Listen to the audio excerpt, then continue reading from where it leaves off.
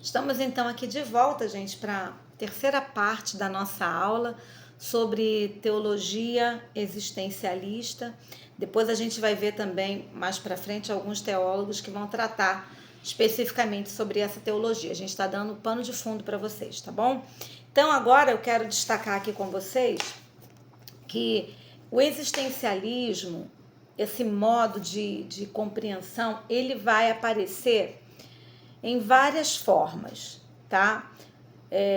Conforme os seus adeptos vão aparecendo, ele vai criando novas maneiras de se dar, de existir, tá?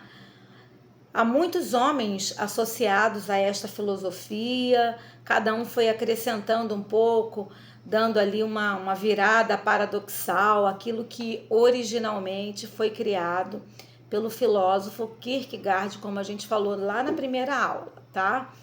Então, os dois principais pensamentos existenciais fluindo para a corrente teológica que a gente vai destacar é o Karl Barth, vocês já ouviram falar sobre ele, e também o Bultmann, Rudolf Bultmann, são esses dois, os dois principais. Então,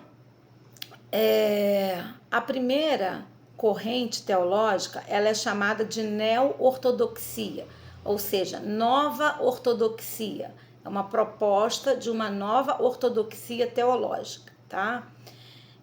Teve seus primórdios com Karl Barth, então ele vai escrever muita coisa, tem muito material sobre ele.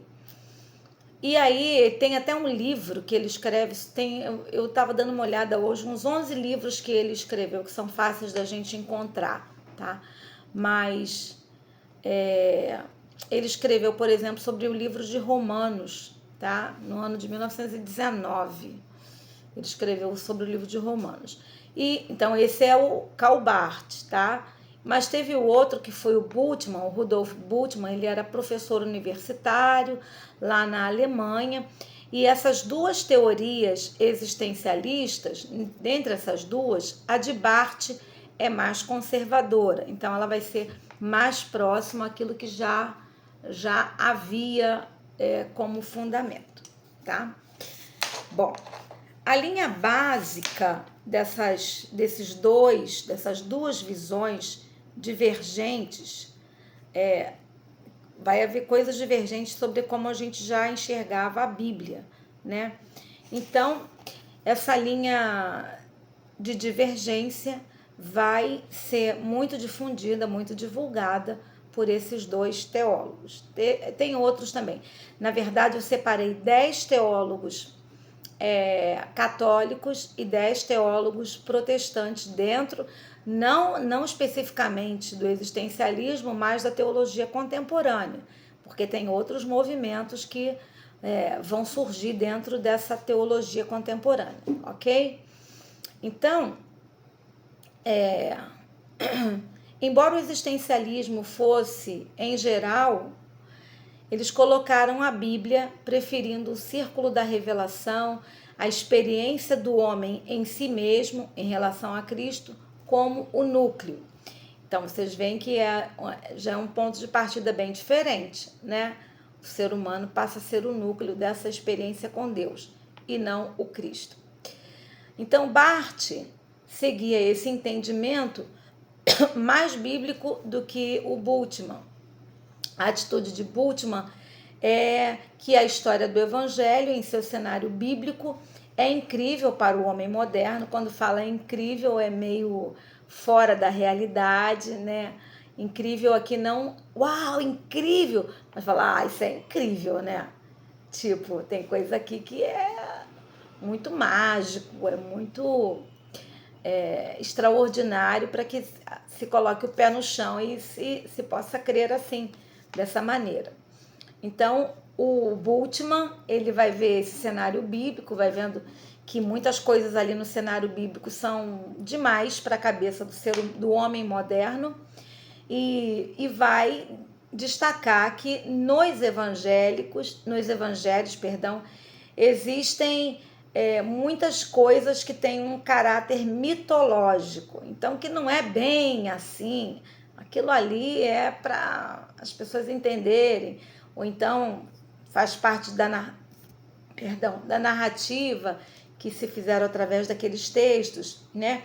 Então, o Bultmann vai desejar desmitologizar o Novo Testamento. Então, ele vai pegar passagens que ele considera demais, extraordinária demais, como a expressão que o autor usou, incrível demais, e ele vai tentar dizer que aquilo ali era mito, que não foi bem assim que aconteceu, que a maneira de escrever levou as pessoas a pensarem que era aquela coisa mágica, mas que não foi bem assim, não.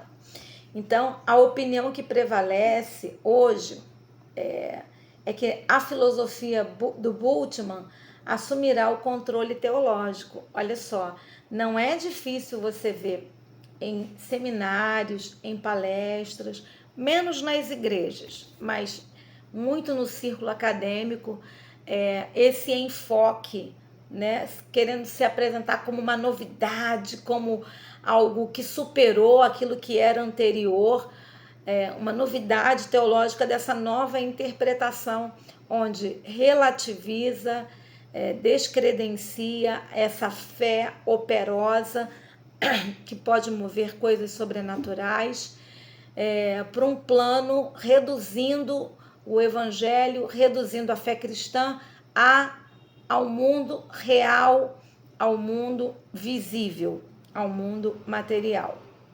Então, essa opinião vai prevalecer muitíssimo dentro de muitas esferas acadêmicas, né?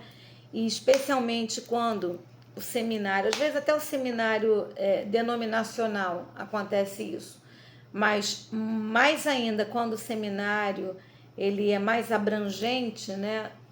Mais secular, ele vai realmente assumir muitíssimo essa postura crítica, racionalista, existencialista, que a teologia contemporânea traz. Então, vai se deixar de lado a teologia anterior, como se ela já tivesse superada ou ultrapassada, dando lugar a essa teologia contemporânea, tá? Então, essa opinião dentro da filosofia e da teologia de Bultmann vai prevalecer, vai invadir a esfera, o espaço acadêmico-teológico, tá? Então, os pensamentos nos próximos anos, ou seja, dentro desse espaço de história da contemporaneidade, vai surgir, vai se afirmar mesmo como essa nova ortodoxia, neo-ortodoxia.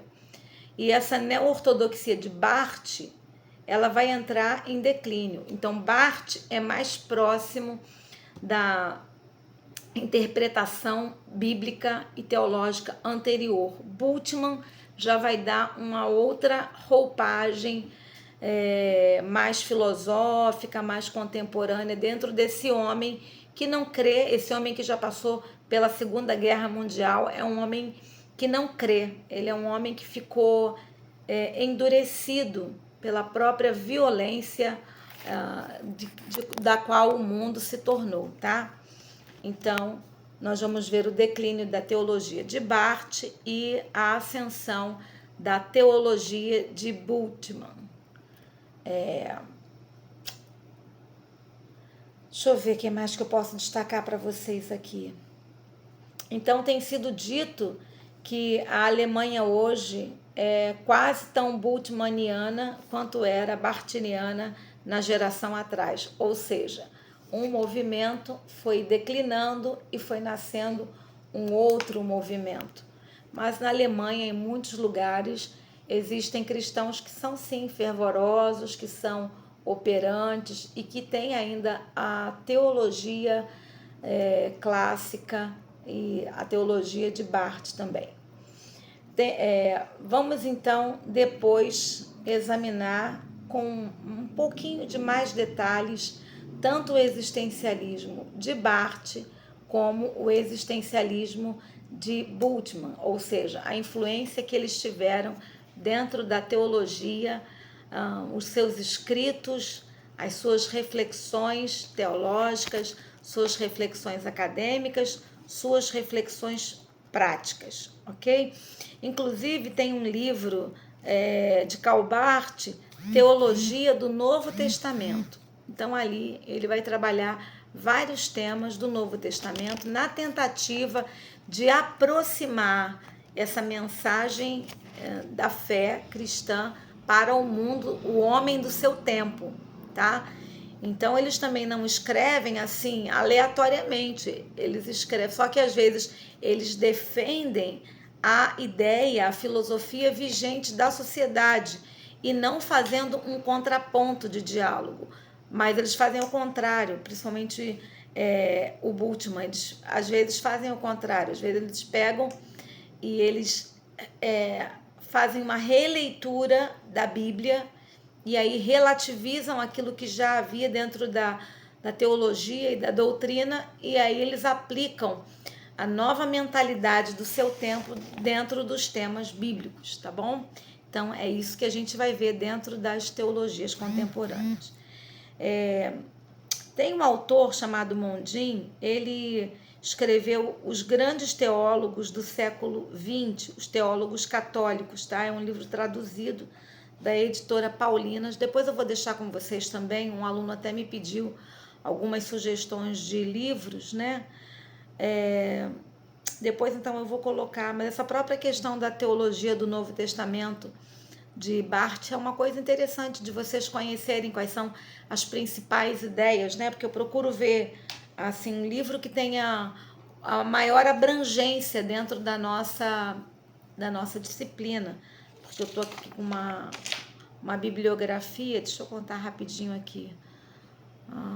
2, 3, 4, 5, 6, 7, 8, 9, 10, 11, 12, 13, 14 livros, né?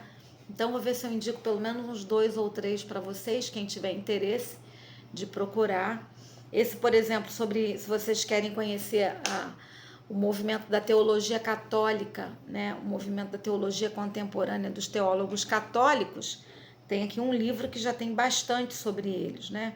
Então, Bultmann também vai escrever a teologia do Novo Testamento, aí já vai ser bem, né? Tem tanto o Barth como o Bultmann, eles escrevem a teologia do Novo Testamento. Então, se vocês até têm curiosidade, está aí um bom material para vocês adquirirem, para conhecer. Lembrando, gente, que quando a gente estuda a teologia, e a gente vai ver muitas coisas novas, né? Algumas coisas que a gente vai considerar assim absurdas, outras que a gente vai considerar interessante. Então, quando a gente estuda teologia, não é para a gente simplesmente absorver tudo que a gente está ouvindo e lendo como se fosse o último caminho que a gente tem que andar. Não é isso. Então, a gente precisa considerar, até para entender as outras pessoas com que a gente vai lidar, pessoas que vão trazer reflexo dessa teologia, desta filosofia. Então é importante a gente conhecer para a gente poder dar o contraponto, o ponto de equilíbrio. Algumas coisas a gente realmente vai dizer, poxa, isso aqui é muito bom. Outras coisas a gente vai dizer, isso daqui não cabe de jeito nenhum. Outras coisas a gente vai dizer, isso aqui é meio preocupante, né? Então é importante a gente ler e conhecer para a gente poder avaliar, como diz a palavra, né? Examinar e tudo e retende o que é bom, tá bom? Então, hoje a nossa aula ficou dividida nesses 3 pontos, nessas 3 aulas, e eu já vou mandar para vocês o segundo trabalho, ok? Então, quem fez o primeiro, faça o segundo também. Quem não fez o primeiro, você não pode, você é obrigado a fazer o segundo. Caso contrário, você não conseguirá nota para passar no semestre somente com a prova. Ou seja, mesmo que você gabarite a prova, você não vai conseguir a média necessária para obter a aprovação, tá bom? Então, por favor, outra coisa, vamos realmente ler o material. Não fiquem simplesmente fazendo a pesquisa recorta e cola, sem que vocês leiam ou não leiam, e avaliem. E sempre no último parágrafo eu vou pedir a sua opinião sobre o tema, tá? Então, nesse próximo trabalho, a gente vai destacar alguns teólogos. Você vai escolher um teólogo para você fazer o seu trabalho. Eu vou dar as regras direitinho, tá bom? Deus abençoe. Eu vou ficando por aqui, pastora Gláucia. Um grande abraço.